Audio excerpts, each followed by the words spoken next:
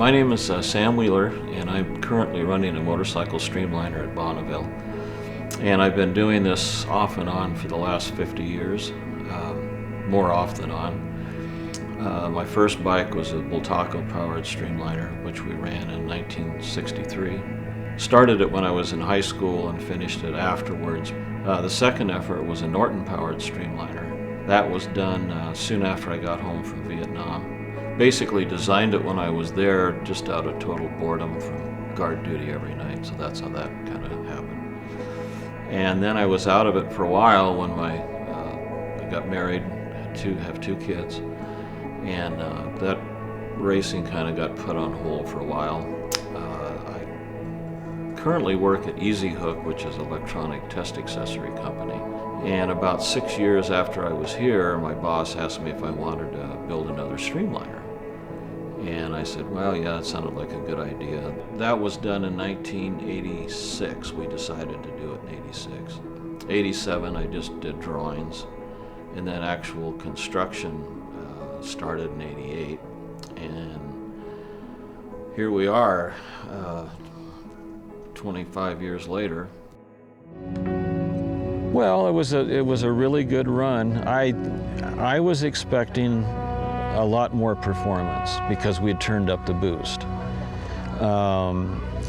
And we had this extra mile to run at, so I knew it was, as far as going faster, I knew that was better, but it's worse on the tire to run it longer. That extra 10 seconds, maybe that made the difference. There's no wind at all. It was perfect conditions. And until that, I heard it pop, but I thought it was the back tire for some reason, but because it kept going, steered just fine. And then all of a sudden, I got the chute out, and then I saw the shavings coming up through the fender, and then it just came down.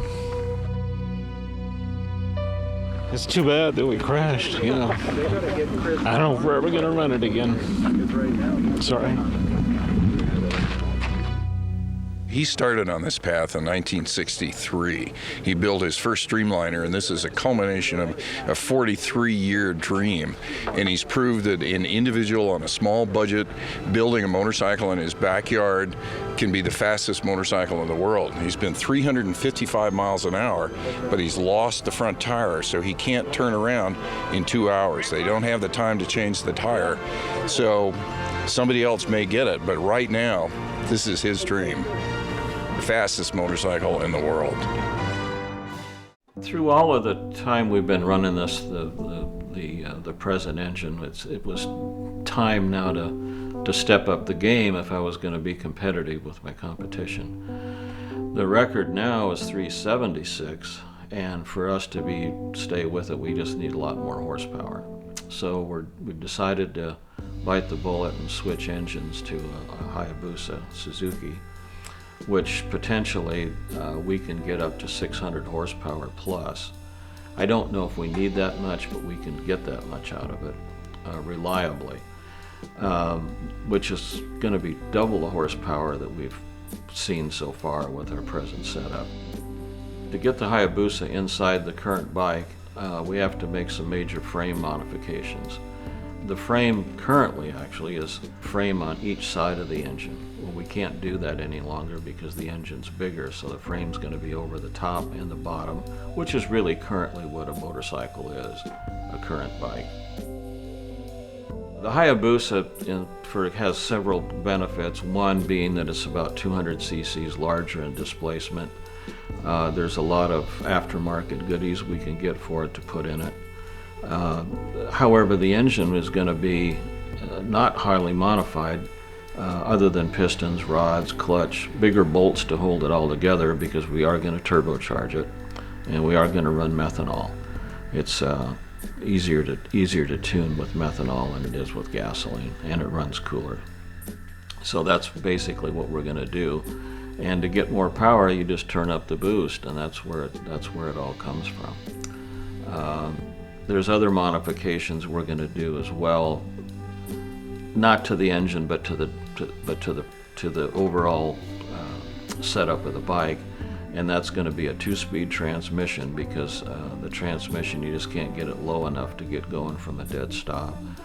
And also, we're going to go to a belt drive between the jack shaft and the rear wheel, just because of the high RPMs.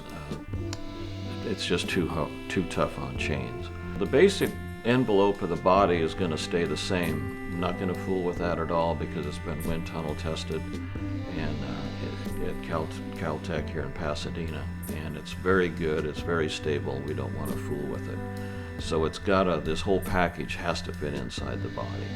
The chassis itself is, yes, we're going to modify it to fit the engine, but it's been very stable, handles good, and so that's going to be a known, those two things are known factors. The bike is light, it's lighter than the others, which is very crucial as far as getting the whole package accelerating. These changes that I've wanted to make to the bike have been in my head for quite a few years now, and it just so happens that Parts Unlimited has come on board. I met with Fred Fox just before Christmas last year, and he agreed to try to help us out, plus get some of his suppliers to come in and also get on board on the project. Don't know how many or who's all going to be involved, but it's very exciting, and it looks like we can have enough money to do this and do it right.